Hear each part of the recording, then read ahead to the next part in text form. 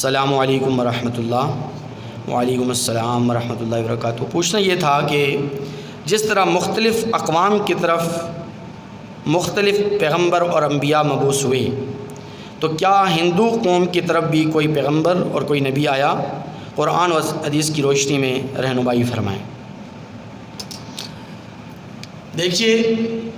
بات یہ ہے کہ قرآن اور سنت کے اندر، یعنی نصوص کے اندر، قرآن و حدیث میں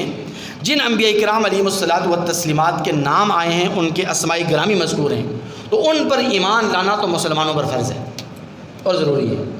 قرآن کے اندر، حدیث مبارکہ میں نصوص جنہیں کہتے ہیں، تو قرآن اور حدیث میں جن انبیاء کرام علیہم التسلیمات کے نام آئے ہیں، تو ان انبیاء پر ایمان لانا یہ مسلمانوں پر فرض ہے، واجب ہے اور ضروری ہے۔ کل آمن باللہ و ملائکتہ و کتبہ و رسلہ، تمام انبیاء پر ہمارا ایمان ہے۔ اور اگر کسی نبی کا نام نصوص کے اندر نہیں ہے، قرآن و حدیث کے اندر نہیں ہے، صرف اور صرف روایات کے اندر، تاریخی روایات کے اندر ان کے نام مذکور ہیں، یا پھر یہ کہ مذہبی کتابوں کے اندر ان کے نام مذکور ہیں، تو ان انبیاء کرام علیہم الصلاۃ والتسلیمات پر ایمان لانا ضروری اور واجب نہیں ہے۔ کیوں؟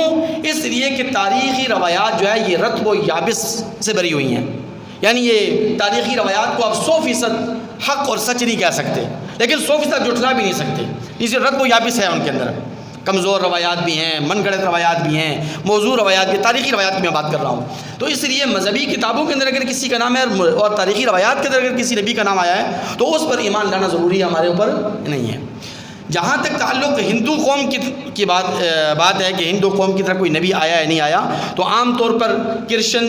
اور اسی طرح بدھ مت اور اسی طرح رام چندر، ان کے جو نام جو ہے نا ہندو کی مذہب کی جو کتابیں ہیں ان کے اندر ان کے نام آتے ہیں، لیکن ان ناموں کے متعلق قرآن و حدیث کی روشنی میں کوئی ایسی مستند روایات ہمارے علم کے اندر نہیں ہیں،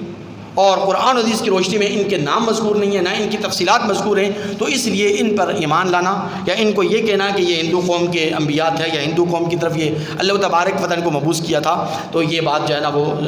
اس کے ساتھ حقیقت کے ساتھ یا 100% یقین کے ساتھ نہیں کہی جا سکتی ہے۔ البتہ یہ کہ جن انبیاء کرام علیہم الصلاۃ والتسلیمات کے نام قرآن کے اندر مذکور ہیں، احادیث نبویہ کے اندر مذکور ہیں، نصوص کے اندر مذکور ہیں، تو ان انبیاء کرام علیہ الصلاۃ والتسلیمات پر ایمان لانا ہم سب مسلمانوں کے لیے ضروری ہے، لازم ہے۔